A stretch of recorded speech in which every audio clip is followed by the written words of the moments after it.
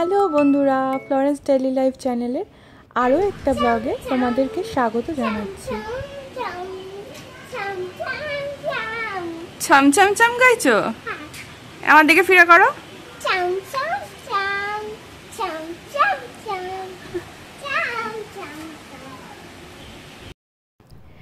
দিনটা ছিল 22শে জুলাই, একটা খুব বিশেষ দিন আমাদের কাছে, আমার আর রবির কাছে ভীষণই প্রিয় আর খুব স্পেশাল দিনটা, কারণ আজ হচ্ছে আমাদের পুচকি মেয়েটার জন্মদিন। এবছর সে 3 বছরে পড়ল আর পাকামির তার শেষ নেই।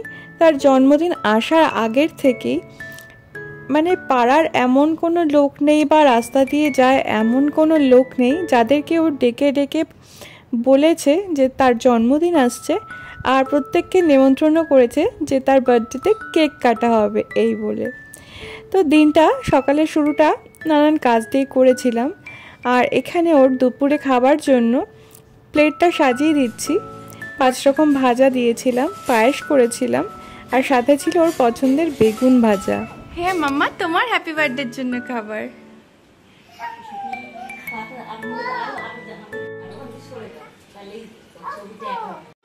এটা তোমার খাবার সাজানো হয়েছে, তোমার খাবার। ও সবকিছু দেখে এত খুশি হয়েছিল যে এত পাকা পাকা কথা বলছিল, আমি সেগুলোকে আর কাট করতে পারলাম না। আর এখানে আমরা সবাই ওকে একটু একটু পায়েস মুখে দিয়ে দিচ্ছিলাম। আমি দিয়েছি, মা দিয়েছে, আমার বৌদি আছে সেও দিয়েছে।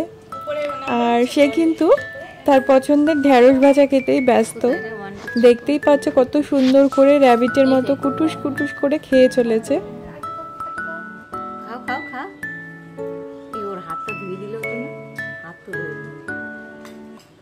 কি ওটা কি মা খাই দি? কে খাই দেবে? Happy birthday mamma.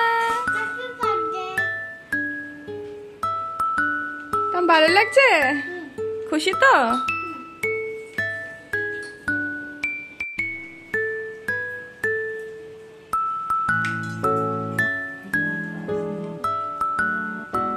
দিদিকে একটু খাওয়া দাও।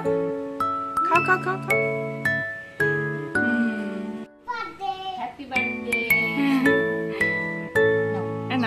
ওটা নিয়ে নাও, এটা নিয়ে নাও তাড়াতাড়ি।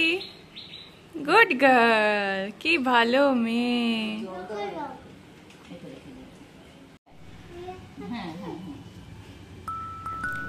আর আগেই বলেছি তার পাকামির কোনো শেষ নেই। জন্মদিন মানে তার একটু বড় বড় ভাব। আর দেখতেই পেলে আমাদের কারোর কাছে খাবে না, সে নিজের হাতে খাওয়া শুরু করেছে। আর যে চকলেটের প্যাকটা ওকে দেওয়া হয়েছিল, গিফট প্যাকটা, তার মধ্যে থেকে এই ছোট ছোট পুচকি পুচকি বেশ কয়েকটা চকলেট বেরিয়েছে, যেটা পেয়ে কিনা সেও যেমন খুশি আমিও তেমন খুশি। কারণ চকলেট তো শুধু সে একা খাবে না, চকলেট তার সাথে তার মাও ভাগ বসাবে।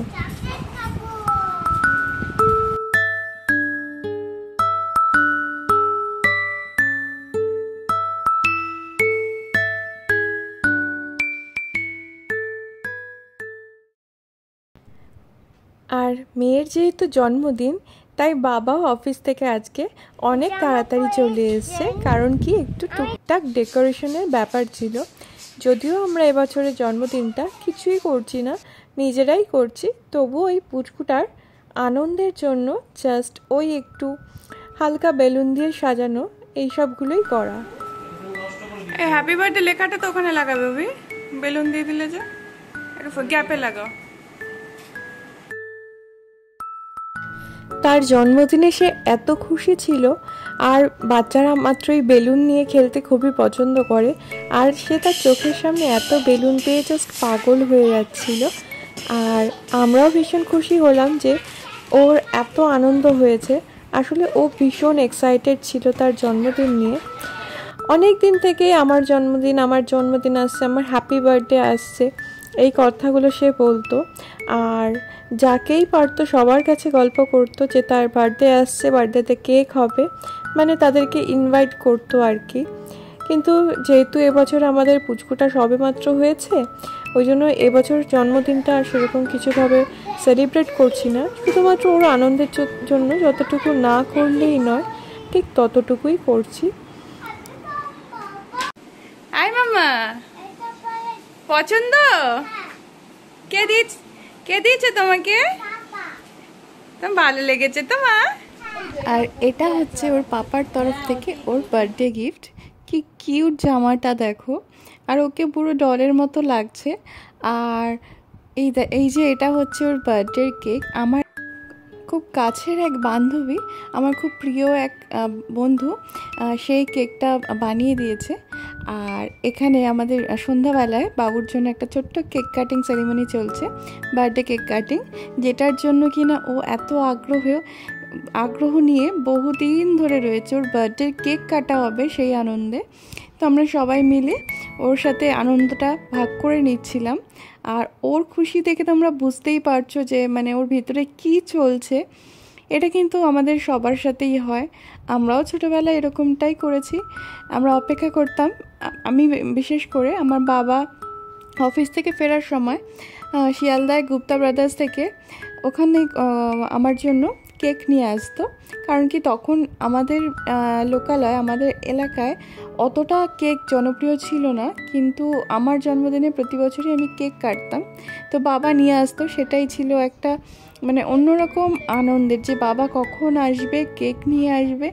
আর কেকের উপরে সেই গোলাপ ফুল দেওয়া থাকতো, সেই ফুলগুলো খাবো। তো যাই হোক, তখনকার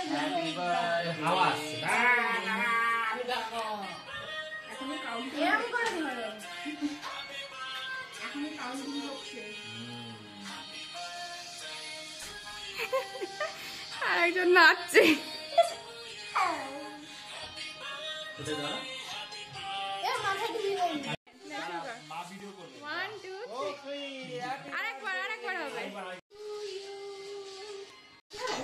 না না না, ঠিক আছে ঠিক আছে, বসো না, বসো মোটো মোটো নাচো, মোটো মোটো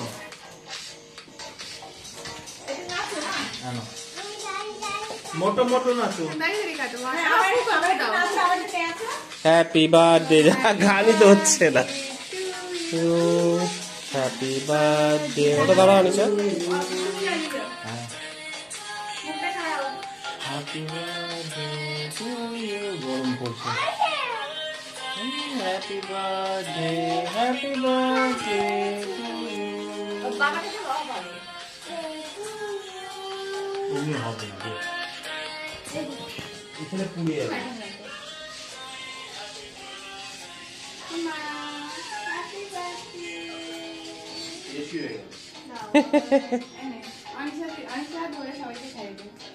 দিদিকে খাওয়া মা, তুমি দিদিকে খাওয়া, দিদিকে খাওয়া দাও।